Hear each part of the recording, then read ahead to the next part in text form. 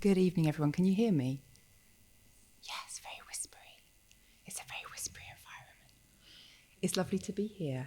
So you're all probably exhausted after a long day of thinking and talking. And I'm hoping to offer a little moment of passivity for you now. I can do all the work and you just need to listen in this really soothing environment. Now, I have to say that I approach reading from my book, Electricity of Every Living Thing, with slight dread. There is a lot of work that goes on in the book to balance a whole range of things, like part of me wants to write about the internal experience of being an autistic woman and to be able to talk honestly about that, about the conflicts and the doubts and the terrible bits and the great bits. And I always feel that giving a reading is therefore very exposing, because how do you balance that huge cloud of thoughts and ideas? So I dread it slightly. But I also dread it because there are two conversations that need to happen around women's autism. And one is between the autistic community. We've long been desperate to hear the voices of other people like us. We've been desperate for that mirror on ourselves that we've lacked for so long. But then a different conversation needs to be had with the non-autistic community. And the tension between those two is huge. So I'm going to start by reading the introduction that I've only just written for the new American edition, which is coming out for the first time in October. And when I knew the book was coming out, I immediately panicked because I felt that I had to contextualize the book all over again. And you'll hear why in the introduction. I've always said that I hope this book becomes very dated very quickly. It hasn't happened yet, but I'm an optimistic soul. I wrote it because I struggled to find a reflection of myself anywhere when at the grand old age of 39, I realised I was autistic. There are a few web pages that I read over again and again as if I might find myself somewhere within their glyphs. There are a handful of books in which I could recognise myself if I squinted. But the world in general seemed to think that autism was the domain of little boys who couldn't speak for themselves. The idea that an adult woman might want to claim that label, particularly someone who, on the face of it, was coping perfectly well, seemed absurd to many people. Some even suggested that I was trying to steal care from those who really needed it. That was only 6 years ago. Some things have changed since then, but not many.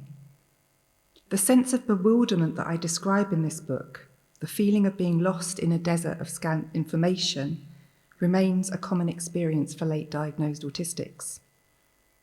People like me can live entire lives wondering why everything is so hard for us.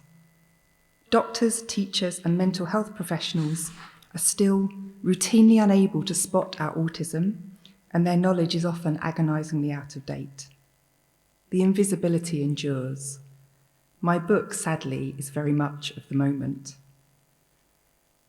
But memoir is a snapshot in time, unstable, imperfect, capturing meaning in flight. If I wrote this book again, there are some things I'd do differently. I'm struck by how much my language has changed since then.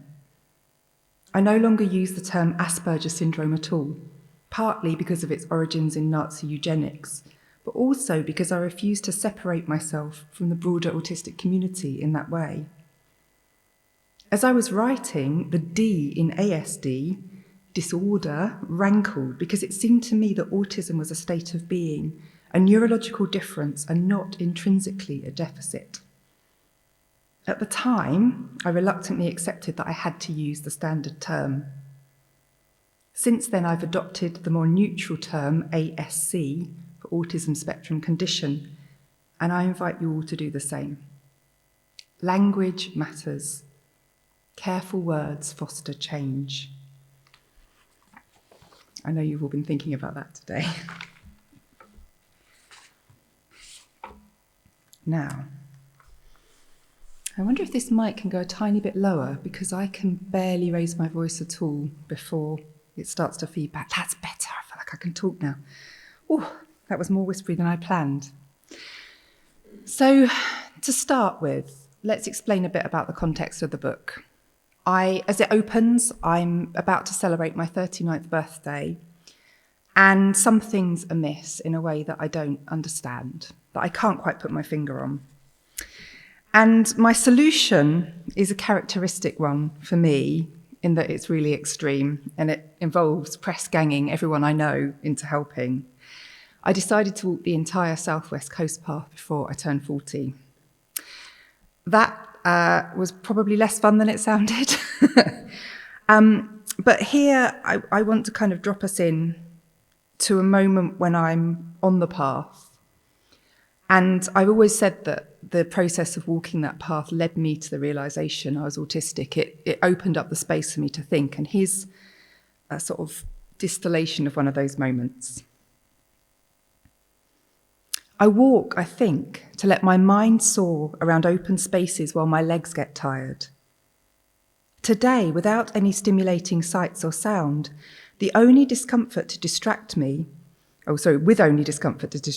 my thoughts get caught in an obsessive loop that reels around and around everything I've said this week, everything I've written.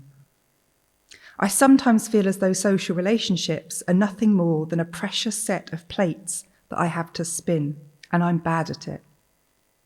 People seem to want so much more of my attention than I have to spare. This week, I don't feel I've kept enough of those plates spinning enough of the time. I had few friends as a child, and although I wouldn't say I liked it that way, I can't say it bothered me either. I enjoyed my own company. The painful part was being conscious of my own difference. I was another species entirely from the little girls in my class, with my big, awkward body and complete inability to relate to anything they said or did. I used to dream of being able to unpeel my skin to show that underneath I was just like them. I was dissembling like in a fairy tale. We would all laugh and learn something in the end. It's not like that anymore. I've taught myself to be better. I've learned to get on with people. They tend to like me these days. They find me funny and perceptive and endlessly lively. I'm the life and soul. I'm ready for anything. But when I don't quite manage to make the effort necessary to remain likeable, my real self shows through like a garish petticoat. Like this week when I overheard H saying to a friend, "You know how intense Katherine gets when she's had a few drinks." And I thought, no, I didn't know that. I did not know that at all, but apparently everyone else does. And I'm thinking that perhaps I can't afford to relax like that anymore, because I thought I was just being funny and perceptive and lively, but apparently that's intense, and I don't want to be intense. I've spent all my life trying not to be intense. So I'm pushing on through the driving rain, and I suspect that my boots are getting wet on the inside, and I'm thinking about the time, only a couple of years ago, still relevant, that a friend said to me, "Well, of course, people find you a bit marmitey." Marmitey. You either love me or hate me, right? Except I didn't know that. I feel like I should have known that. I tried to pretend that it didn't hurt me to hear it, that I wasn't at all surprised that I like it that way. And then I went home and sobbed about it to H on the sofa. And now, walking in storm cloud light, I'm connecting the two. I am intense and I am marmitey. And at the same time, I'm profoundly self-indulgent and ungrateful for thinking those things when I'm alive and free and walking the Southwest Coast Path, which is what I wanted, wasn't it? I keep trying to feel wonder at the curlews and the little egrets picking through the mud, at the flock of goldfinches that flit up the path in front of me, but it all just dissipates into the grey. There are few tastes more bitter than enforced gratitude.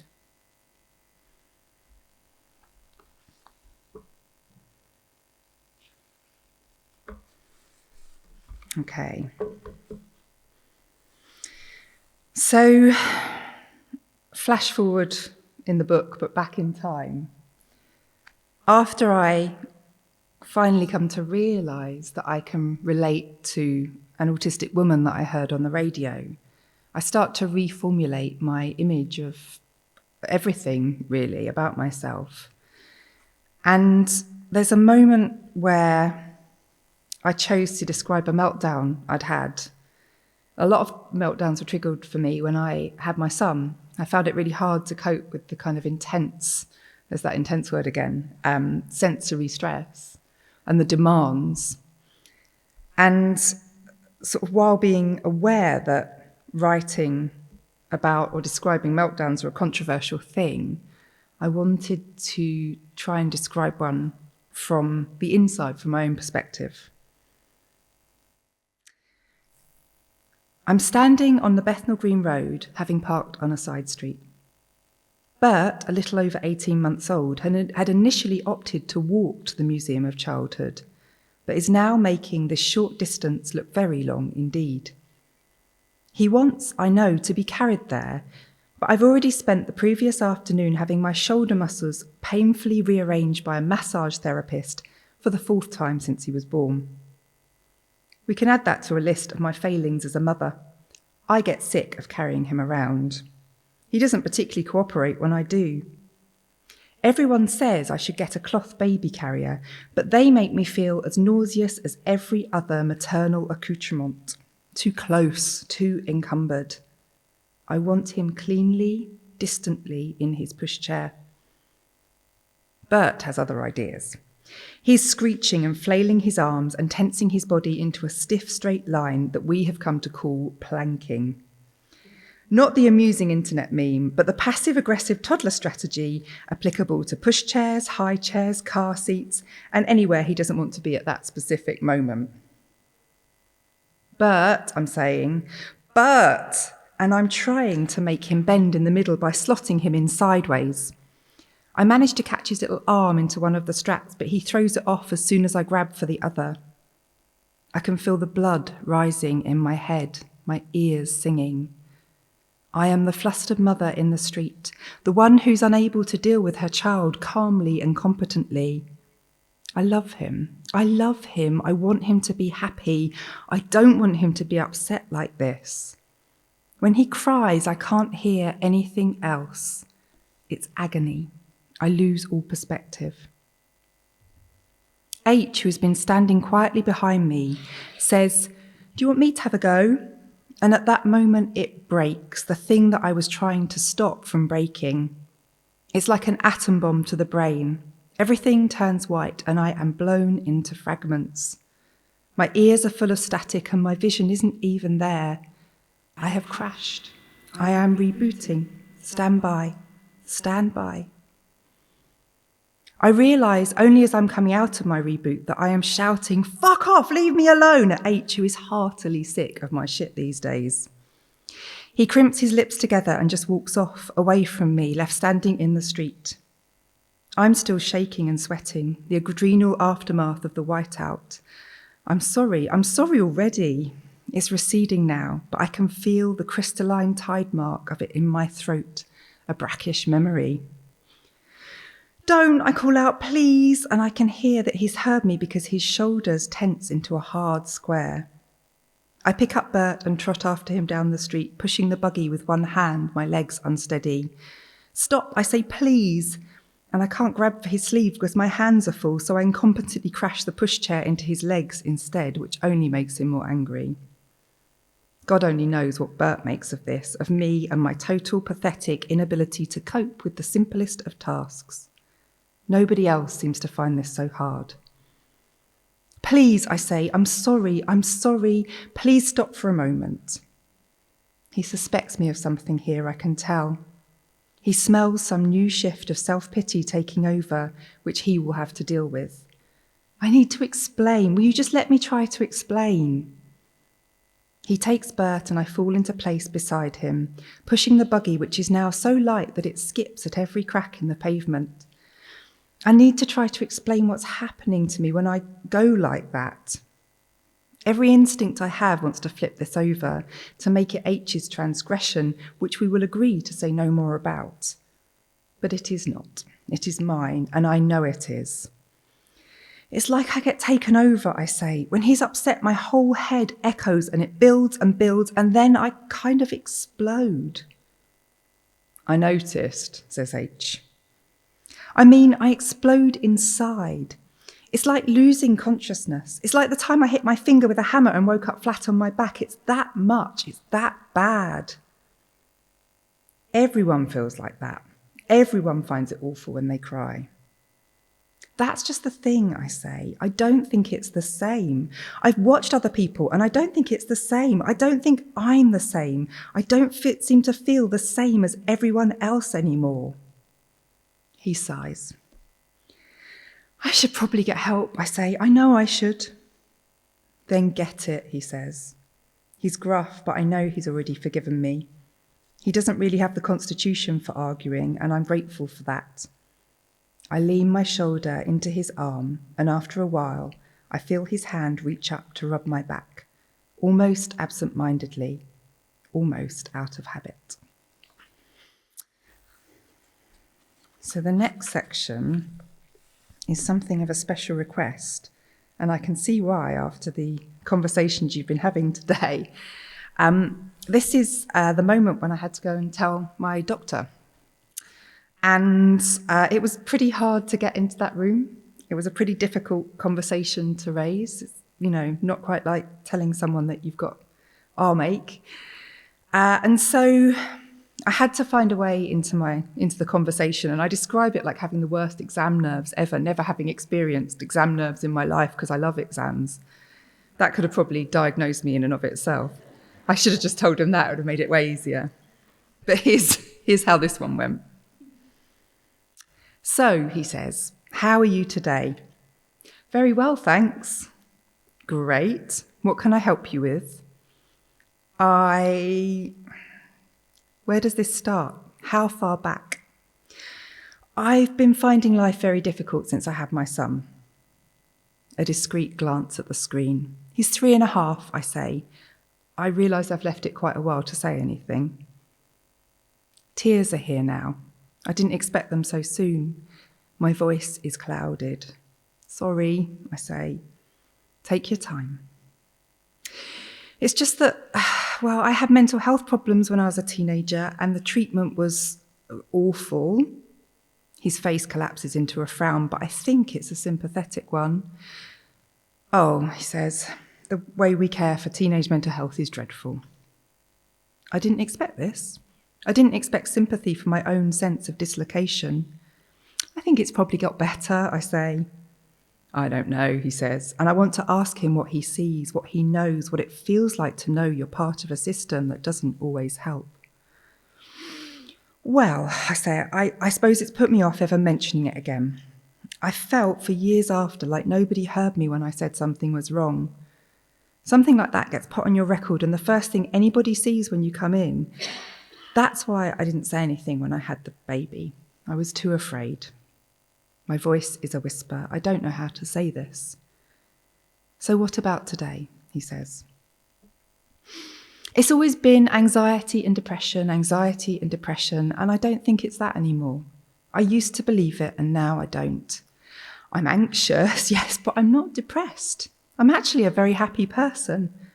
I know it doesn't look like that right now. A little smile. I'm proud of this.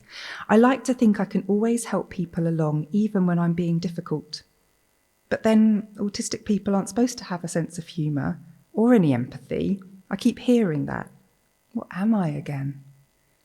So what do you think it is? This feels like a trick. He might as well ask, what have you been Googling then?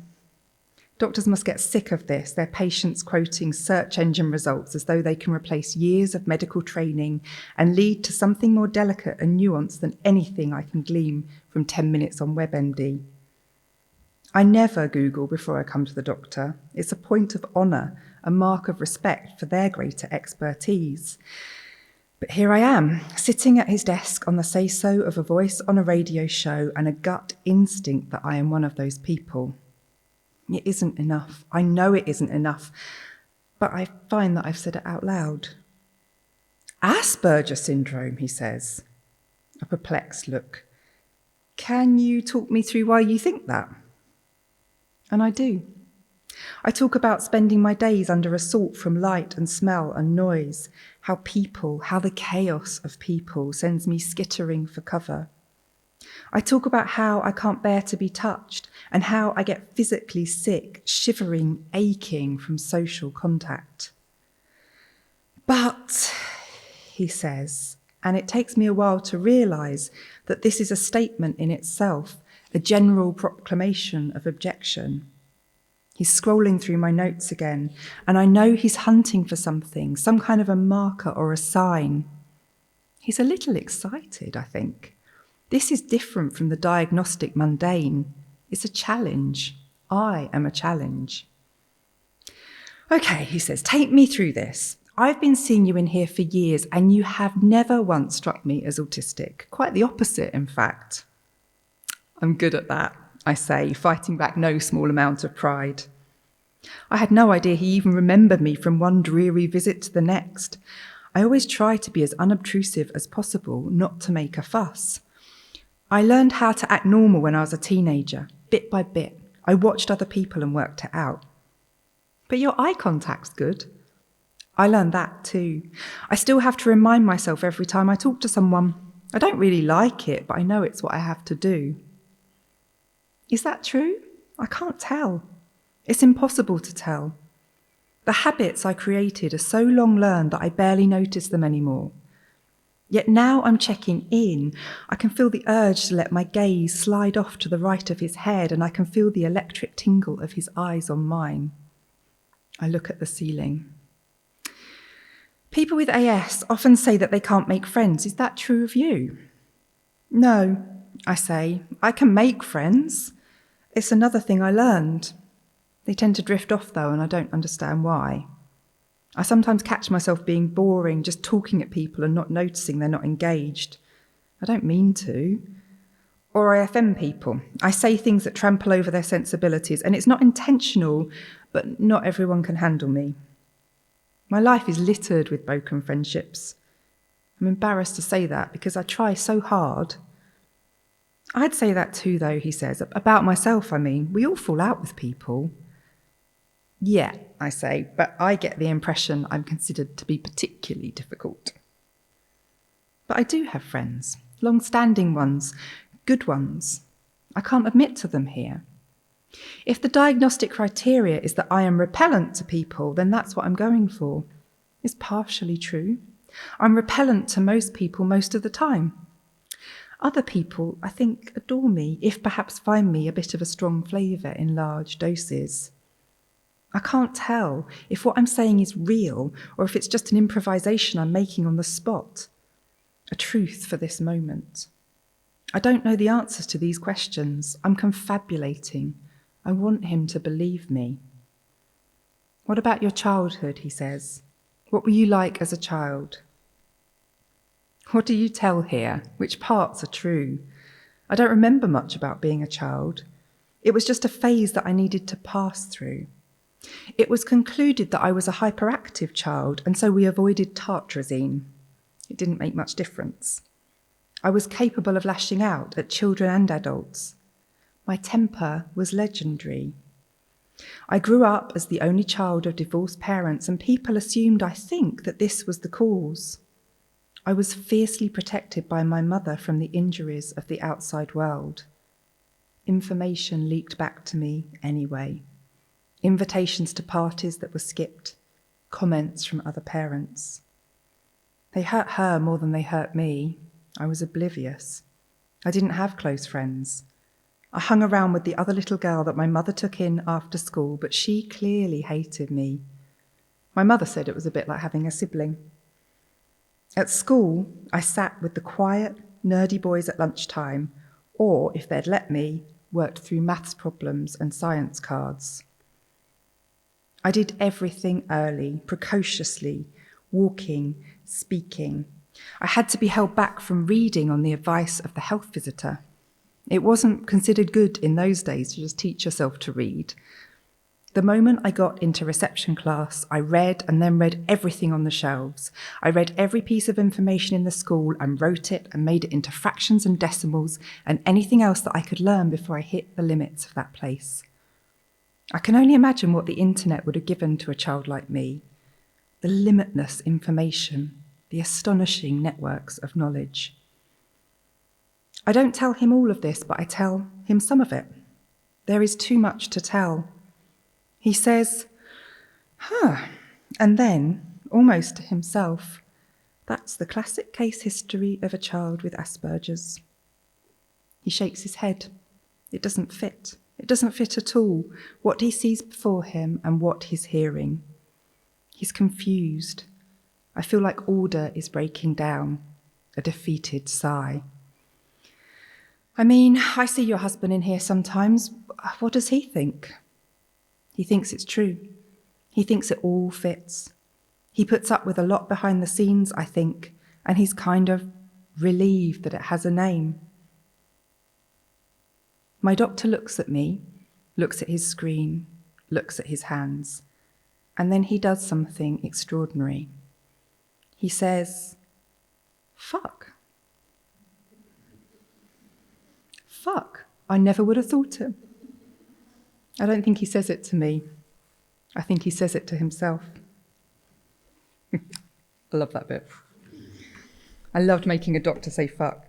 They don't say that often, you know. Okay, so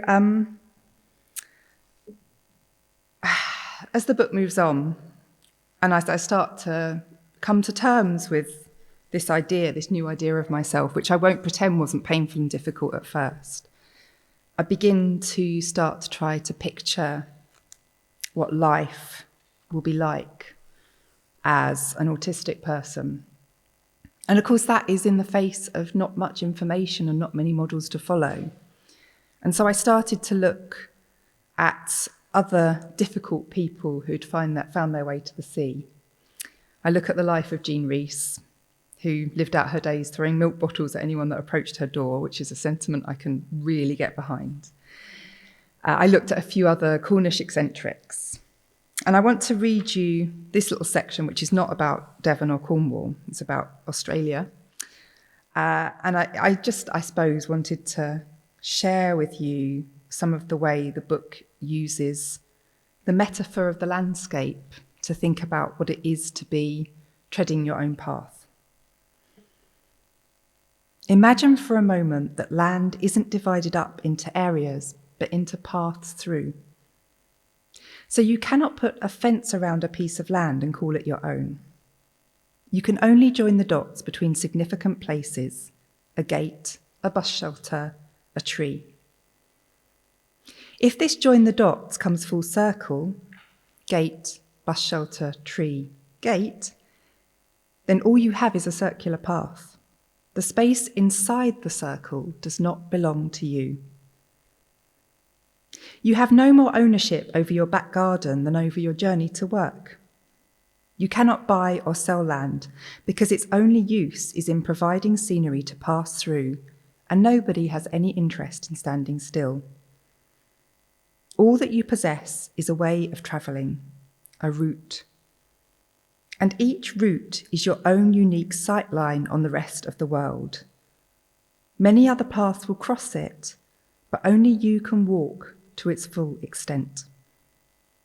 Now, imagine you couldn't draw this path on a map, and not simply because maps don't exist. The depth, the weight of the information contained within your path is too great to be drawn. A line cannot contain it. A line would only convey the thinnest part of the information, the blank, formless geography. Your path is more than that. Your path has peaks and valleys, yes, but it's also littered with things that you treasure. That stream is your stream. You took off your shoes and socks to wade through it as a child. That village is the place you drove one day when life was ripping at the seams, and you put your head on the steering wheel and cried. That junction box is the one you notice every time you crest the hill on your way home. You've come to think of it as a sign that says, "Nearly there." Your path is made of meaning. All of these things are encoded in it. Because they're too rich to be drawn, you must speak it. You don't tell everyone you meet, only those close to you. You take them from place to place with your tongue and your teeth, chattering out the detail. Unchecked, you would carelessly change the path every time you described it. Instead, you learn it with all its diversions intact. You let it create a pattern for itself, a verse, a song. Now you can sing this path to your friends, your lovers, your children, and as you sing it, you tell the story of all that you are. You transmit your creation myth. When you die, they are left with your song. This isn't a utopia I've hallucinated at the low ebb of a long walk. Transpose it to Australia and you have something approximating the Aboriginal understanding of territory. As Bruce Chatwin describes them in the songlines, these paths memorialise the actions of the ancestors as they sang the earth into existence. Australia is dotted with the relics of Dreamtime. They are sites of ritual significance, certainly, but they are also landmarks by which to navigate. The songlines link them together. By learning your song and singing it, you memorise a route that you've perhaps never even seen. And by walking the route that's encoded in your song, you assert a connection that flows through the generations to your clan ancestors' dreaming. This is all that you own. The whole of creation and nothing at all. A path that cuts through time. Everybody has a song like this, a song that is a map, a compass, a song that sets you straight again. Learn it, and it will take you home. So I had to learn my song, and I learnt that by walking. And I haven't learnt it fully yet. I don't know if I ever will, but I hope that perhaps by the time I get to pass my song on, it will contain some information that is more useful to the next generation. I want to finish with some thoughts from the end of the book when I'm thinking about the ways that my obsessively detailed brain have actually given me great insight and pleasure rather than only modelling it as this terrible thing that oppresses me. I don't think I was fully there on my journey of acceptance by the time the book ended. It's definitely that snapshot in time that I talked about in my introduction. But I think if we can handle the vulnerability and fragility of a moment like that, then we should. It's time that we understood all of that experience and not just the bits that we want to present to the outside world when we're either being excessively negative or excessively positive to try and sell people the idea, the crazy, stupid idea that we're worth human life. Bert was born at 3 p.m. I held him around, was stitched and taken back to the ward. Then H was sent home, the curtains were drawn around us, and we were quite alone. I put him down in his cot beside me and I slept. I awoke at 4 a.m. because I could hear him stirring. He didn't cry, he just clicked and squirmed and fidgeted in the expert swaddle the nurses had made. I heaved himself to the edge of the bed, reached over and picked him up. 2 grey-blue eyes watching me. Well, I said, I think it's just you and me. We'll have to work out how this is done. I'd be lying if I said it wasn't trial and error from there on in. I would be withholding the truth if I implied that I didn't spend the months, years that followed in something resembling a blind panic that I'd failed to keep him alive, or at very least traumatised him with my complete lack of maternal skill. However, even in the darkest recesses of postnatal depression, I always knew what he needed. I may not have known always quite how to provide it, but I heard the message loud and clear. It was all in the detail. He would click his little tongue, in the seconds before he would start to wail out his hunger. He would grow glassy-eyed if too many people handled him, and he would relax back into his Moses basket. I could see the things that other people couldn't see. There was a wire running between us. You want to know detail? There it is. Detail is the call and response by which babies are kept alive. Detail is the wonderful and terrible pull of motherhood. Detail is the way I can smell illness on him before he even knows it himself. I'm not claiming any special powers here. Those details make me more like an ordinary woman than I've ever felt in my life before.